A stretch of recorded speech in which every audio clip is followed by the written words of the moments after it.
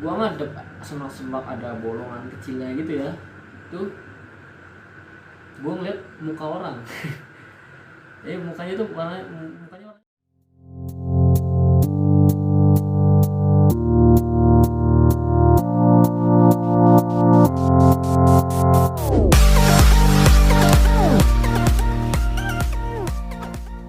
Oke, selamat datang kembali di channel gua,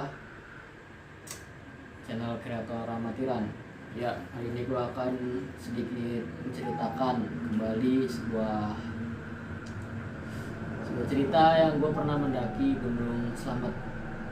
Ya, sebuah pemberitahuan aja, Gunung Slamet itu adalah gunung pertama yang gua daki. Gila nggak?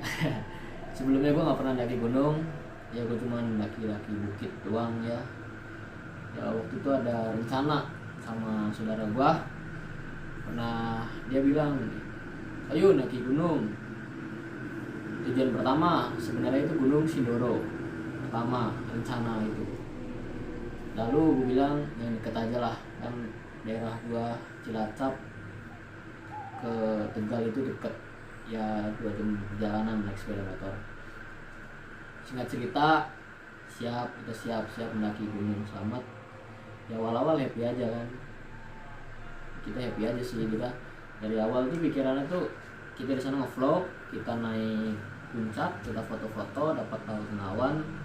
Udah, kita dulu nggak tahu naik gunung itu ada filosofinya, ada maknanya, nggak tahu. Kita cuman ya naik gunung biasa aja, naik gunung kayak naik bukit gitu kan.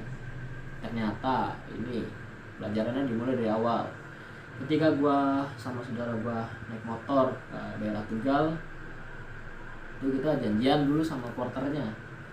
Kita mendaki Gunung Slamet via Permadi Guci, jalur baru itu di daerah Guci Tegal. Kita sudah kontekan dengan porternya Mas Adi waktu itu ya. Dan kita udah janjian waktu itu sama Mas Adi di daerah pasar dekat pemandian air panas. Nah, waktu itu hujan juga kan. Waktu itu gue lupa tanggal berapa. Intinya gue dari rumah itu berangkat jam 10 pagi, sampai sana jam 12 lah, mau jam 1 itu sampai sana. Nah, kebetulan di sana hujan. Waktu itu kan lagi musim hujan juga tuh.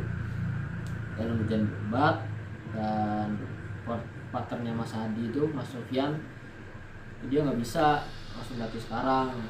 Katanya nanti kalau lanjut sekarang kita kenanya malam, lagi juga kita amatiran pendaki waktu itu kan. Dan setelah rembugan atau diskusi gue sama saudara gue, setuju untuk melanjutkan pendakian besok pagi. Itu gue gak bisa tidur, ya gimana sih pertama kali mendaki gitu kan, rasanya gimana gitu, asik-asik gimana. Dan sampai jam 5 pagi pun cuaca belum mendukung ya, masih hujan deras banget waktu itu juga. Oke, singkat cerita, kita udah jam 7 pagi. Kita lanjut pendakian, dibicarain sama Mas Adi, Mas Sofyan itu gimana sih pendaki itu, gimana tata keramanya, peraturannya. Dan kita itu dikasih 3 hal penting saat pendakian. Itu jangan membunuh apapun kecuali waktu, jangan mengambil apapun kecuali gambar, jangan meninggalkan apapun kecuali jejak. Itu prinsip pendaki. Kita mendaki gunung dan sekitar jamnya itu harusnya sampai di pos 5 terakhir, karena di pendakian Guci itu sampai pos 5 itu ada 2, pos 5 bawah sama pos 5 atas ya, itu kan kita daki ya asik-asik aja pertama. Dari pos base camp sampai pos 1 nggak ada kendala. Pos 1 ke pos 2 itu jalurnya lumayan kaget kan gue, pendaki pertama gitu gue. Jalurnya langsung nanjak banget gitu kan, juga masuk kawasan hutan lumut. Itu jalurnya indah banget, gila serius. Gue rekomendasi buat pendaki pemula masuk ke jalur situ, emang indah dan mata airnya juga banyak banget. Pos 2 istirahat, niatnya istirahat di situ sekitar 5 menit 10 menit. Cuman kita didatengin tamu, hujannya ya sedang sebenarnya sih, nggak begitu lebat, cuman lama.